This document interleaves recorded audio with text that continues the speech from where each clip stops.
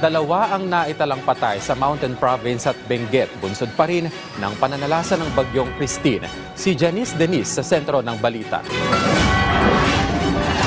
Nagtulong-tulong ang mga kawani ng kapulisan, MDRRMC, BFP at iba pang rescuers sa search and rescue operation sa 60-year-old na lalaki matapos tangayin ng malakas na agos ng tubig sa Chico River sa sitio sa Banglayan, Barangay Losad, Sabangan Mountain Province noong Huwebes.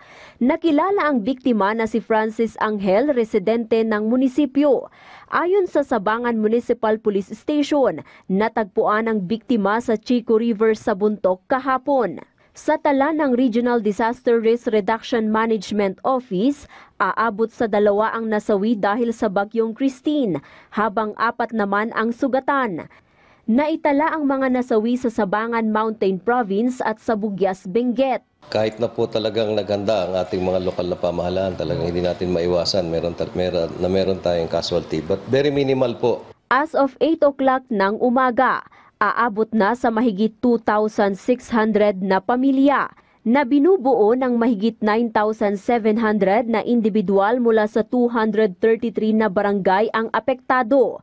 Aabot naman sa 3 bahay ang totally damaged at 113 na partially damaged.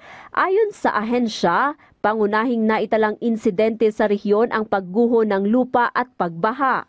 Sa tala ng DPWH as of 11 o'clock ng umaga, aabot sa 13 National Road ang nananatiling nakasara dahil sa pagguho ng lupa, 1 sa Ifugao, 8 sa Kalinga at 4 sa Mountain Province. Sa ngayon ay nagsasagawa na ang mga otoridad ng clearing operation. Ipinag-utos ng ahensya ang reassessment at monitoring ng lahat ng mga LGUs sa naging epekto ng bagyong Christine. Kung mga local government units natin, mag-reassess po uli, no? Kasi tuloy-tuloy yung pag-ulan and chances are na-saturate po yung mga lupa. Baka po may mga areas na in danger of yung landslide, no? Epektibo pa rin ang kanselasyon ng mga tourism at mining activities sa rehiyon. Janice Denise para sa Pambansang TV sa Bagong Pilipinas.